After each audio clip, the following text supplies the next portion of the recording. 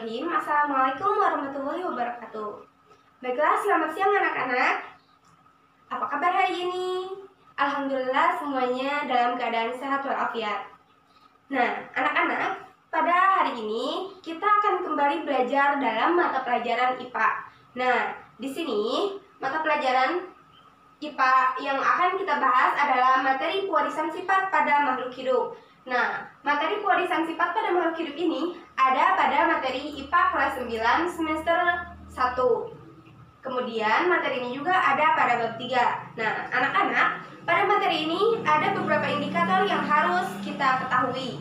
Indikator pencapaian dalam materi ini yaitu yang pertama ada menjelaskan molekul yang mendasari pewarisan sifat. Yang kedua, memahami hukum pewarisan sifat. Yang ketiga, memahami pewarisan sifat pada makhluk hidup dan kelainan sifat yang diturunkan. Yang keempat, menerapkan pewarisan sifat dalam pemuliaan makhluk hidup. Nah, berarti jika indikatornya sudah tahu seperti ini, tujuannya apa? Jadi, tujuan dalam pembelajaran ini yaitu siswa mampu menjelaskan molekul yang mendasari pewarisan sifat. Yang kedua, siswa mampu memahami hukum pewarisan sifat. Yang ketiga, siswa mampu memahami pewarisan sifat pada makhluk hidup dan kelainan sifat yang diturunkan. Dan yang keempat, siswa mampu menerapkan pewarisan sifat dalam pemulihan makhluk hidup. Baiklah anak-anak, sekarang kita akan berlanjut ke materi pewarisan sifat pada makhluk hidup. Nah, sebelumnya, jangan lupa siapkan buku catatan kalian dan buka buku paket kalian. Sudah disiapkan semuanya? Oke, yang belakang jangan lupa memperhatikan ya. Jangan sampai karena duduk paling belakang kalian jadi tidak memperhatikan. Sebelumnya ibu juga akan bertanya, apakah kalian pernah berpikir mungkin memperhatikan teman-teman kalian?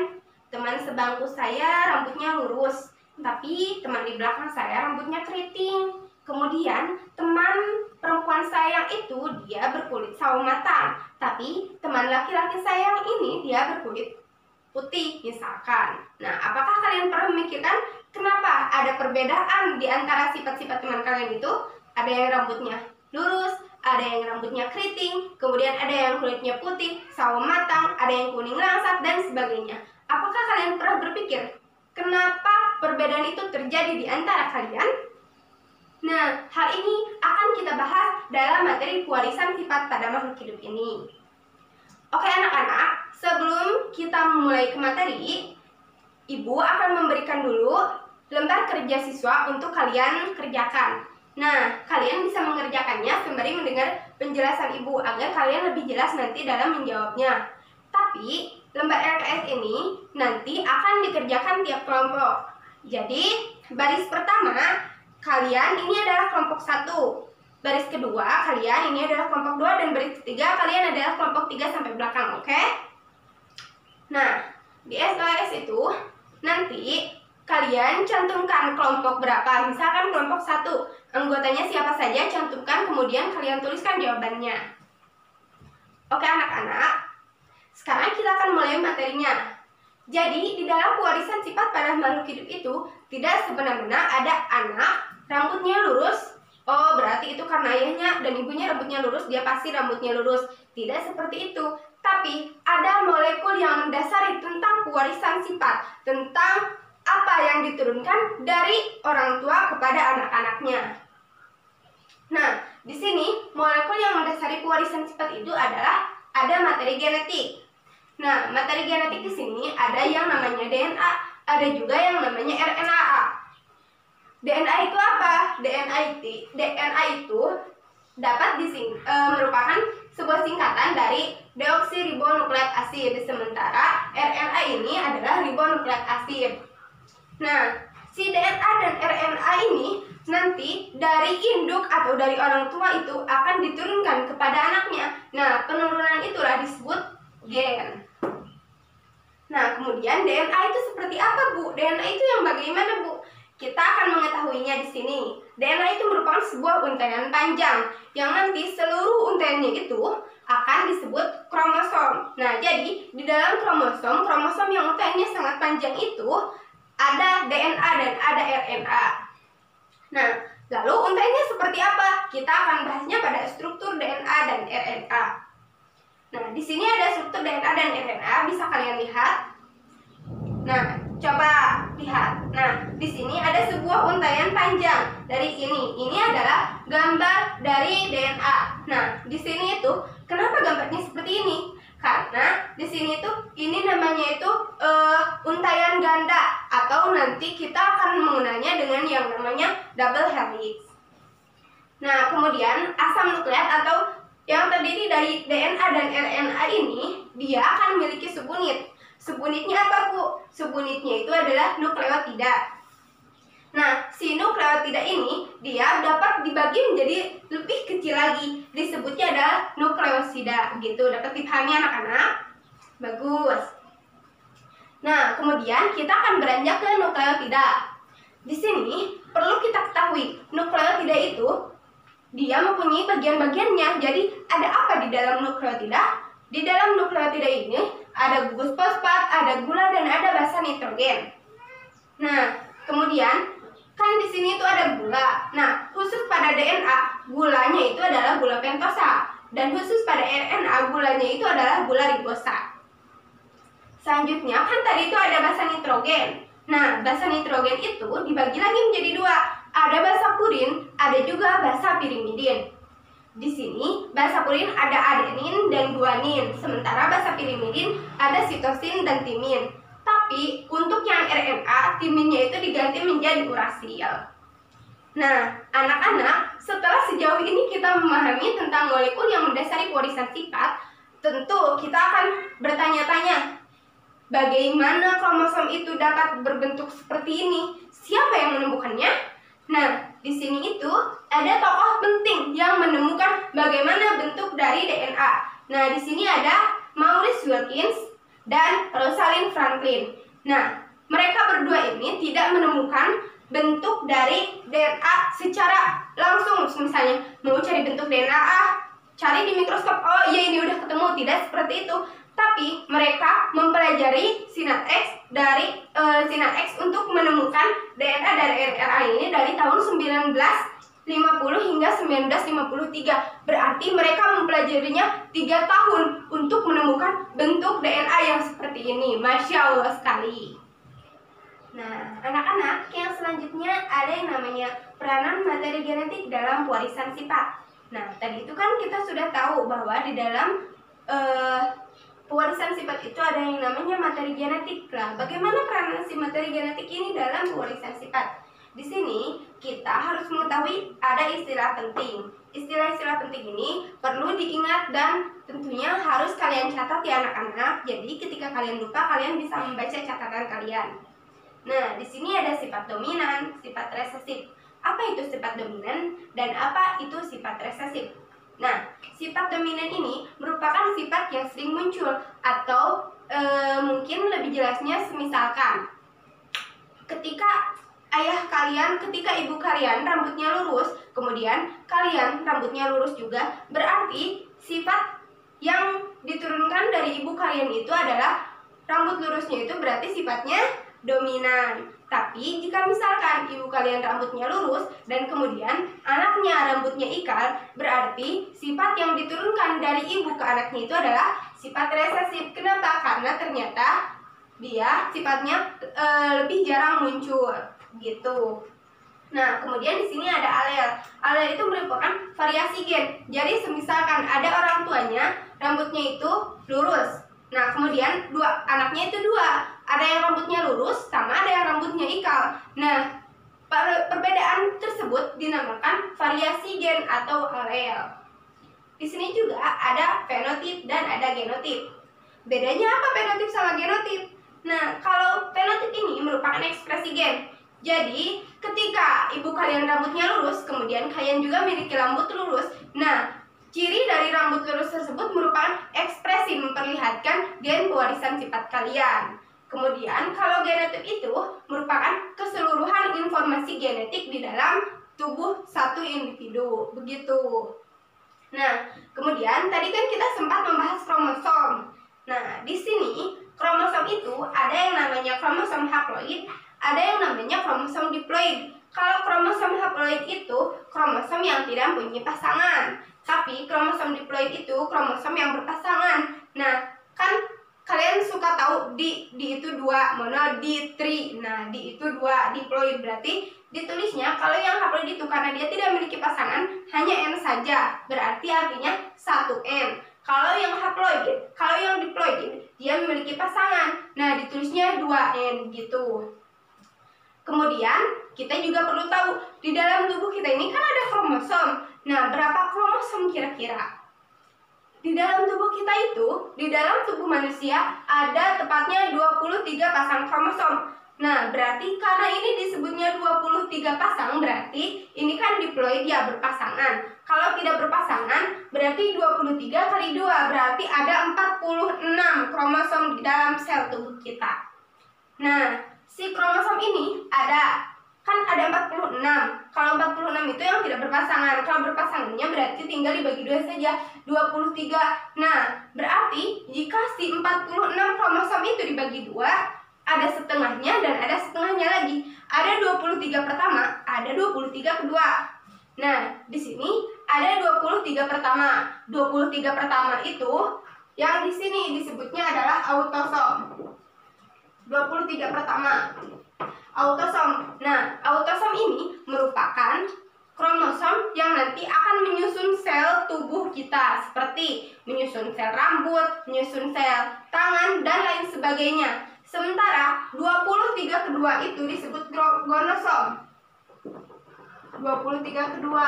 Nah, gonosom ini merupakan kromosom yang nantinya akan menyusun sel kelamin saja. Jadi sel kelamin itu nanti semisalkan kalian rambutnya, kepalanya, apalah-apalahnya nanti disusun oleh 23 kromosom, dan kalian misalkan ada laki-laki, ada perempuan. Nah, jenis kelaminnya itu disusun dengan 23 kromosom juga. Nah, si 23 ini hanya khusus untuk kelamin, dan si 23 yang atas yang autosom ini khusus untuk sel tubuh kita. Jadi, yang atas yang autosom ini tidak bisa menentukan sel kelamin, tidak bisa menentukan jenis kelamin gitu, karena yang jenis kelamin ditentukan oleh gonosom. Nah, kemudian di sini juga ada kromosom laki-laki dan ada kromosom perempuan. Di sini kalau kromosom yang laki-laki ditulis dengan rumusnya XY, berarti kalau dipasangkan ada 22 AA tambah XY. Nah, kenapa A-nya 2? Karena berpasangan. Nah, coba kalau tidak berpasangan, berarti kalau tidak berpasangan ditulisnya adalah 22 A tambah X atau 22 A tambah Y gitu.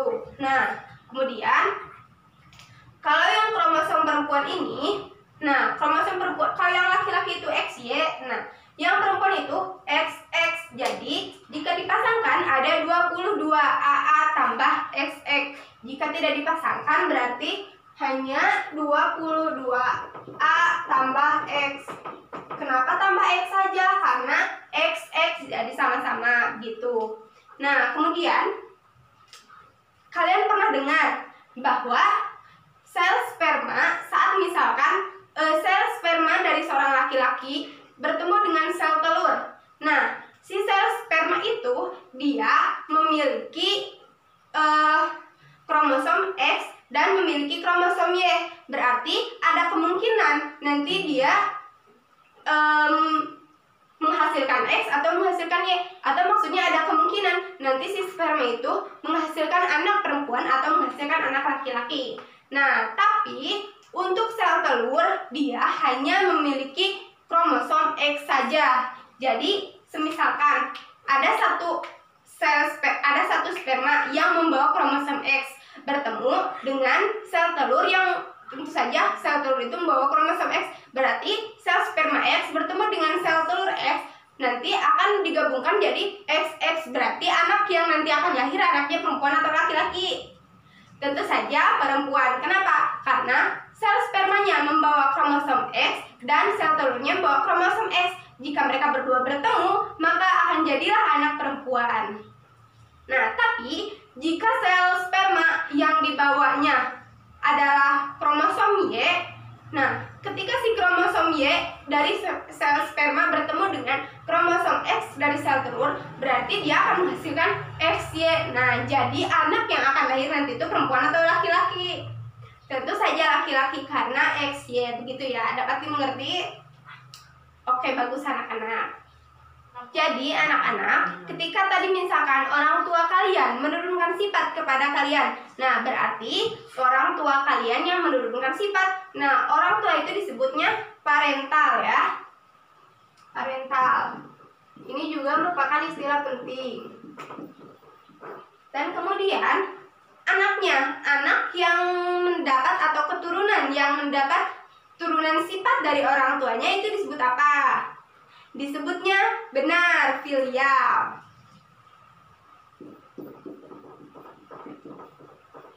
Ada parental, ada filial. Kalau parental ini merupakan induk atau orang tua yang menurunkan sifat ke anak. Sementara kalau filial itu merupakan siapa yang mendapat atau turunan sifatnya, yang mendapat keturunannya atau anak-anaknya gitu. Selanjutnya anak-anak, di sini ada yang namanya hukum pewarisan sifat. Nah, dalam hukum pewarisan sifat ini ada satu tokoh yang harus kita ketahui, yaitu Dr. Mendel. Nah, atau dia itu sering kita kenal dengan Bapak Genetika.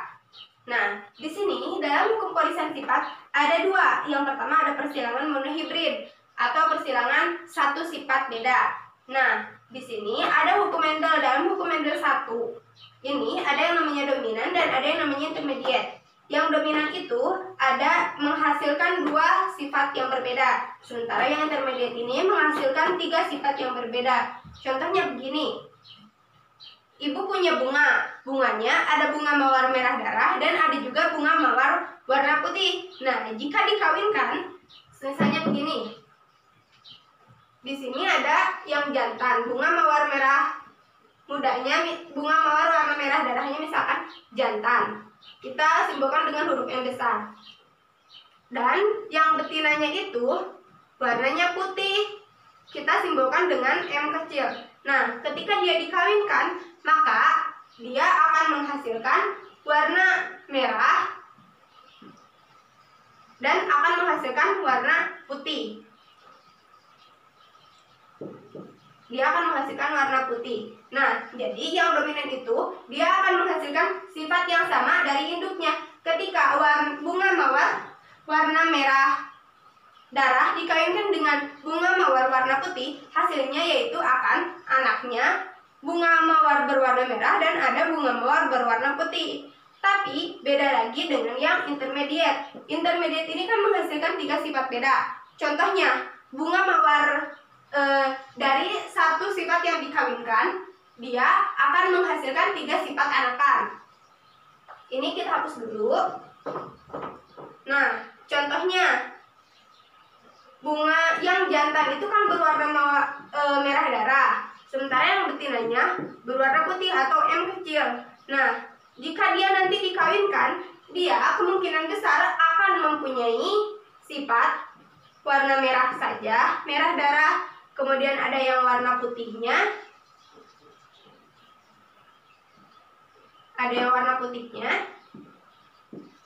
dan akan ada juga warna merah dengan dominasi putih atau merah muda. Nah, ini. Nah, di sini ada 3 sifat yang muncul.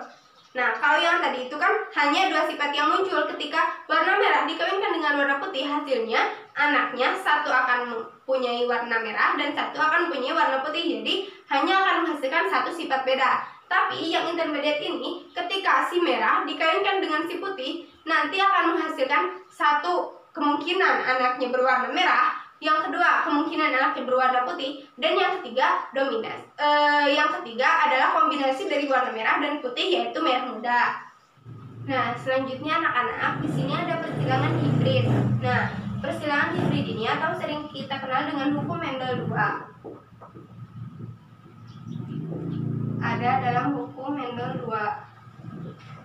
Nah, dalam persilangan hibrid ini menyilangkan antara 2 sifat berbeda. Jika tadi yang monohibrid menyilangkan 1 sifat beda, maka persilangan hibrid ini menyilangkan 2 sifat yang berbeda, yang nanti kemungkinan akan menghasilkan 4 sifat anakan baru.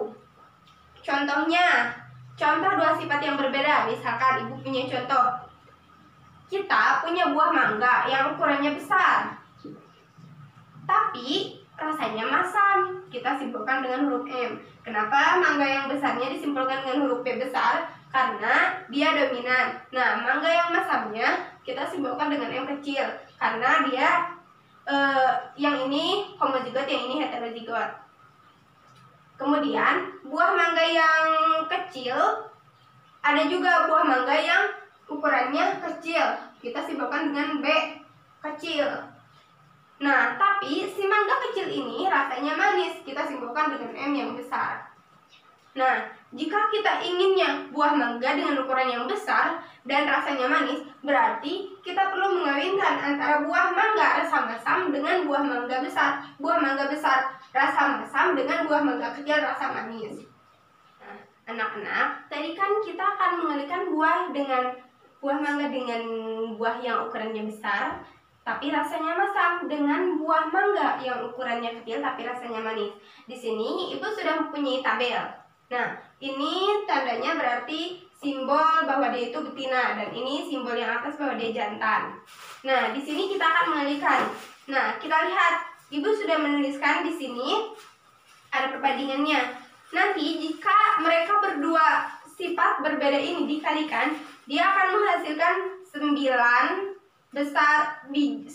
buah dengan ukuran yang besar dan manis. Kenapa? Coba kita hitung. Buah yang ukurannya besar dan manis. 1. Kemudian ini 2, 3, 4, 5, 6, 7, 8, 9. Nah, ini buahnya berukuran besar dan manis, ada 9. Kemudian kita lihat yang besar tapi rasanya masam. Besar tapi rasanya masam, coba ada berapa? Yang besar tapi rasanya masam, ada 1, ada 2,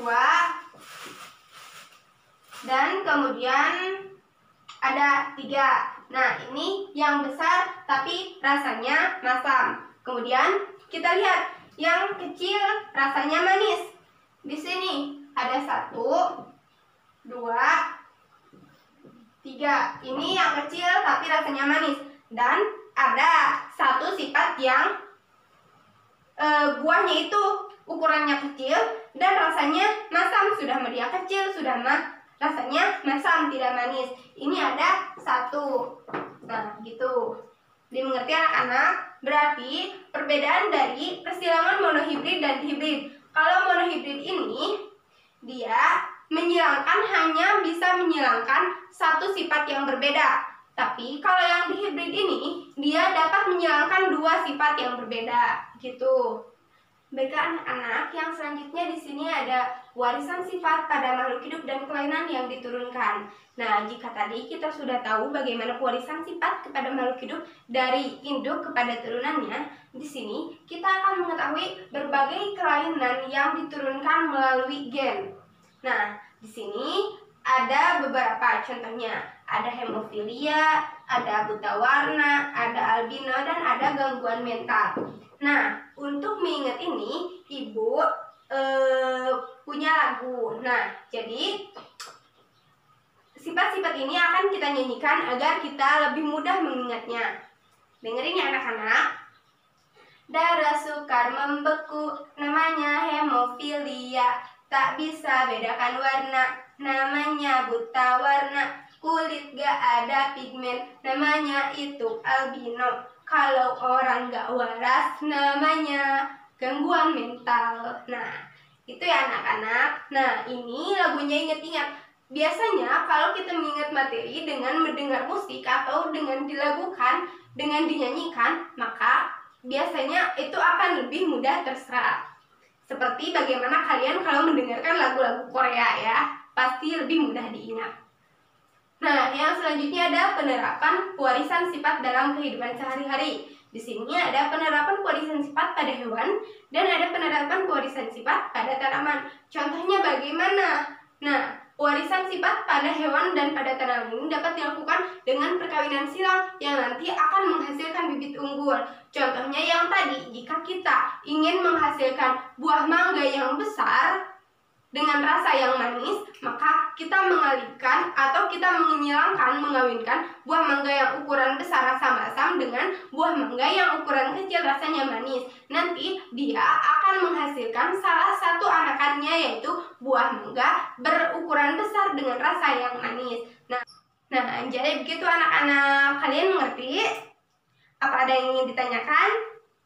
Ya, kalau tidak ada yang ditanyakan tidak apa-apa. Nah, kalian mencatat materi yang Ibu jelaskan dari awal sampai akhir kan?